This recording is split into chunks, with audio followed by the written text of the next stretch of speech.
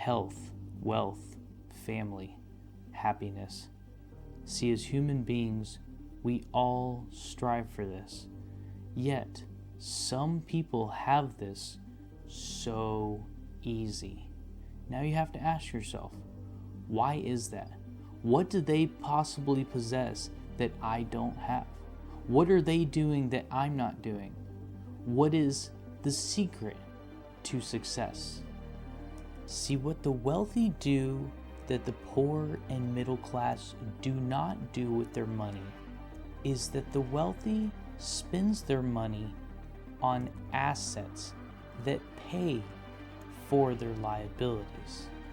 And by doing this, they can create their own infinity banking system. What this means is they can spend as much money as they want as long as they have enough assets to support their spending. See, in today's society, we're taught to go to school, when the bell rings, sit down, be quiet. They're training you to become an employee, not an entrepreneur. And you'll be doing this from 9 to 5 until you're 65. You'll hear invest for the long term, diversify, put your money in ETFs, stocks, bonds, hope the market is always in your favor, only to downgrade your lifestyle once you retire and hope that the government takes care of you. See, the education system in America has a game that they like to play, and they play it really well. See, college costs has increased 8 times faster than wages, and from 2010 to 2020 alone has rose over 140%. A secure financial future is what most Americans hope to get with their college degree. Yet, according to a new report, half of the country's colleges left the majority of their former students earning less than $28,000 per year. School didn't teach you about money. Your parents statistically didn't teach you about money. Your friends, your family are all bad with money, yet you continuously ask them for their money advice. Yet, 8 out of 10 Americans live paycheck to paycheck, and majority of them have less than a 30-day emergency fund on hand at all times. Yet they continuously talk about paying off their mortgages, buying that fancy car, going out on that ultra luxurious vacation. But what they don't understand is being a consumer and spending majority of the money that you make instead of reinvesting it into yourself is single-handedly costing you your financial freedom. Targets of opportunity. This is the crucial point as an entrepreneur, that you must find a niche, a need, and fill that need. See, this product can be a product already on the market that you are improving upon, or this product can be a new product from the ground up. The most important thing about this product is twofold. It must help the masses, it must not be too niche, and the most important one is it must be scalable. See, when this hits the market, you want it to hit the market hard. And from here, your product is born.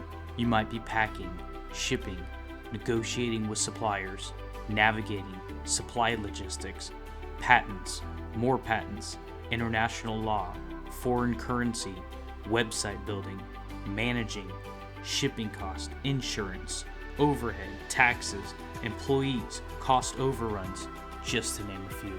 But you're not done. You want to improve upon your product. You want to keep so far of your competition that the competition is looking up to you. you are no longer looking back at your competition. You aren't looking at them at all. Matter of fact, you are paving your own way. You are single-handedly reaching into the market, changing the way it was, and you are now the name and force to be reckoned with. See, scalability is internet marketing. It's sales. It is, in a sense, personal development shown outward in form of your product. Your product, by the way, is now being shipped all throughout the world. It's being sold online like Amazon, eBay. You have not only made it, but you are now the inspiration for other entrepreneurs who are looking up to you.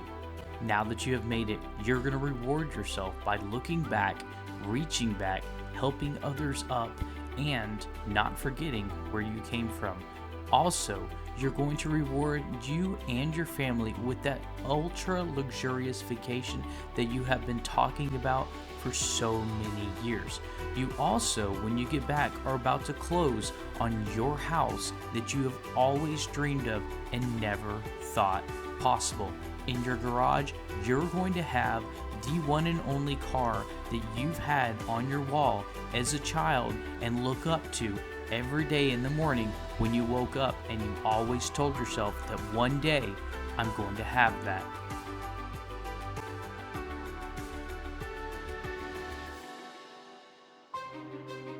However, just because you can does not mean that you should.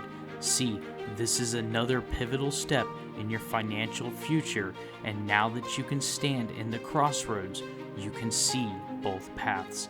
See, the path most traveled, which is the standard dogma in American society, which is go to school, get a good paying job, get married, buy a nice house and a nice car, and work for your boss until you retire at 65, or in this case, own a job disguised in a business, still taking up 40 to 80 hours per week of your time.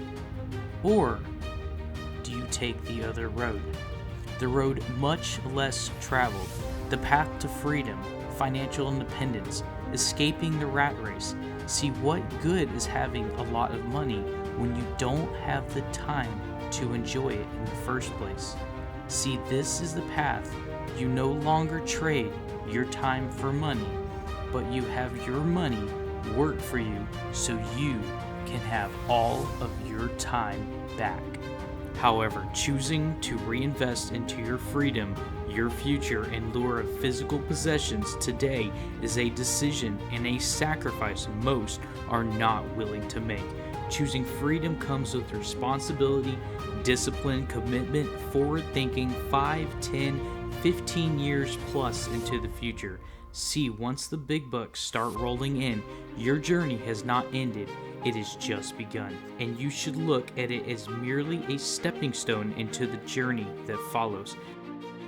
See, up until this point, you have been working for what the government calls earned income. Earned income is one of the highest tax incomes in the tax quadrant. Up until this point, you belong to the small business side of the quadrant, which makes up of 4 sectors of income. Understanding these 4 different types of income are a key metric to establishing wealth in today's society. See, the 4 sectors of income are actually split in half. Half of it is known as active income, the other half is known as passive income.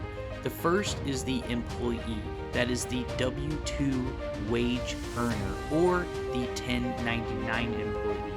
They are working for what's called ordinary income, or otherwise known as earned income, and are paying the highest taxes.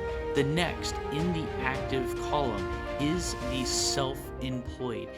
Make no mistake about it, these are the backbone of the United States economy and are otherwise known as the mom and pop shops of America. Next on the list is big businesses. Now, big businesses are considered anything over 500 employees, and this is the first side of the passive income stream. therefore allowing big businesses to take advantage of more tax incentives and tax breaks than the self-employed or the employees. Last on the list under passive income is the investor. And when you do what the government wants to be done, they incentivize this by giving you the tax breaks that you are well deserving of. Therefore, by supplying jobs and keeping the GDP at healthy levels, this sector of income can legally pay little to no taxes. See, putting this to context in another way, when you have a job, your time is a direct proportion to how much money you make, therefore giving you little to no leverage ability. The small business owner is the self-employed.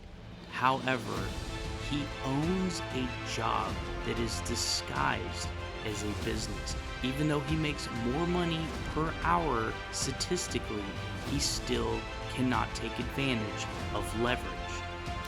A big business is where you have a system of people that work for you, and people equal your leverage. It's the economy of scalability that really sets us apart from the small businesses. Think Amazon, for instance, and how Jeff Bezos doesn't have to be there necessarily on a day-to-day basis to make this work. Or Elon Musk running Tesla. He does not have to be there for the business to succeed. The investor. This is where money works for you. This column is in the passive income bracket and is the least taxed and arguably the most coveted position to be in. Think not just real estate, but owning rental properties that not only pay cash flow on a monthly basis, but all the while appreciate, and you're able to claim depreciation on these assets legally during tax time to reduce or even eliminate the investor's tax liabilities. Contrary to popular belief, these are not dark underground deals reserved for the country's elite and already wealthy. These deals can be unlocked with knowledge and understanding of how money works. Understanding money is debt, and the tool the rich use to acquire this debt tax-free, all while purchasing assets with that money that cash flow. The excess funds are then reinvested, creating a snowball effect that self-funds itself over time. Beginning on this journey early in life takes advantage of the magic of compound interest.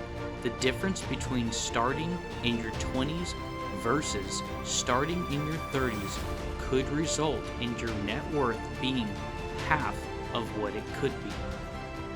To summarize, taking the path less traveled is not the popular choice.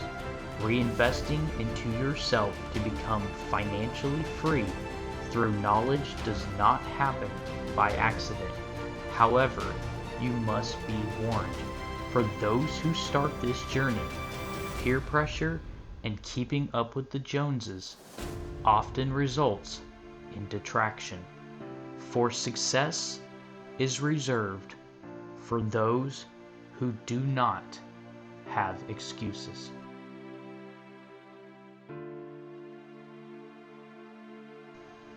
I made this video as inspiration for those to follow my footsteps on how I became an entrepreneur and financially free through real estate by age 32 years old. Thank you so much for watching. It means a lot to my channel. If you like this kind of content or are interested on how to become financially free at such a young age, I share how I did it and, more importantly, how you can replicate this as well. Thank you for watching.